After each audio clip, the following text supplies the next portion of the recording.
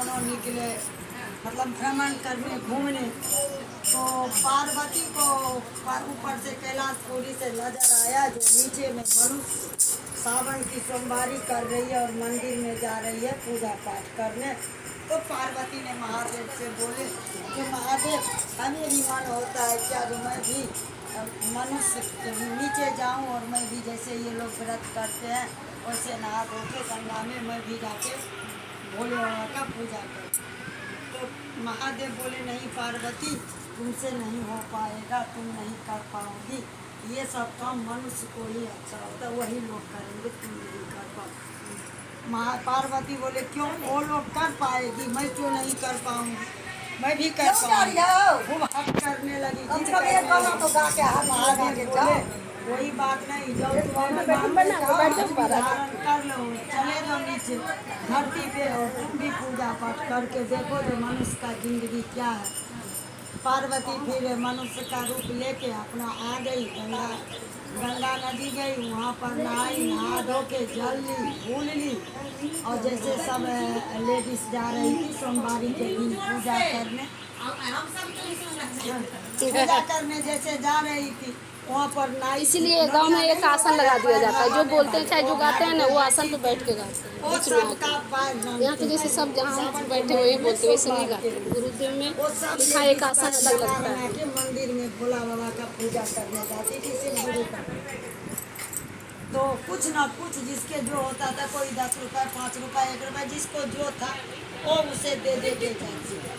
पार्वती भी बड़ी तेज नहा धो के सारी पूरी बांध के जल और फूल सब कुछ लेके गई, उसको बोली क्या मेरा भी पैर रंग दो बहन, तो पैर रंग बोले आप अगर कुछ दिए हुए आप नहीं जाओगे। तो पार्वती तो सोची जो मेरे को कुछ है नहीं, मैं इसको क्या दूँ। वो बोली पार्वती बोली मेरे पास कुछ नहीं है, इस बार तू मेरा पैर रंग दे, अगर मैं अगले साल में सोमवारी फिर आएगा तो उसमें मैं आऊँगी ना भोले बाबा का पूजा कर, तो तुझे मैं डबल दे दूँगी। आज तो मेरे पास कुछ नहीं है, मैं तो ऐसे आ गई।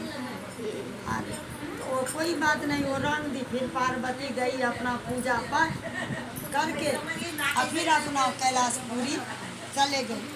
कैलाशपुरी गई तो महादेव पूछे क्या पार्वती कैसा लगा मनुष्य योनि, बोले महादेव ये तो बहुत अच्छा लगा हमें तो दुनिया पूछती है लेकिन मनुष्य लोग बन के तो हमें अच्छा लगा, मैं तो पूजा करके आई हूँ, आपका किसी को पता भी नहीं चला।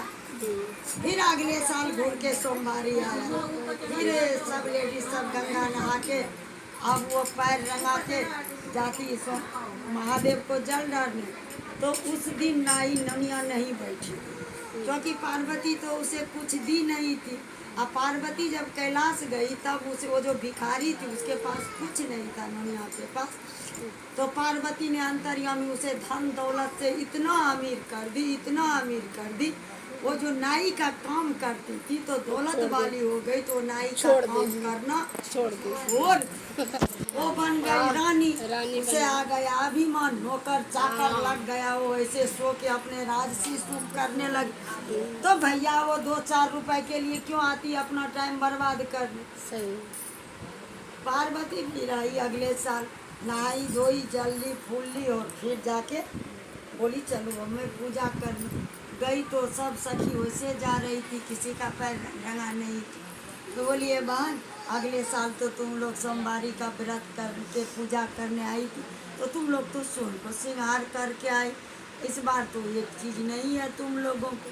बोले बहन क्या बताऊं, हर साल वो नोनिया आती थी, हम लोगों का पैर रंगाती थी, उसका वही काम था, तो हम लोग ने उसे पैसा देते थे।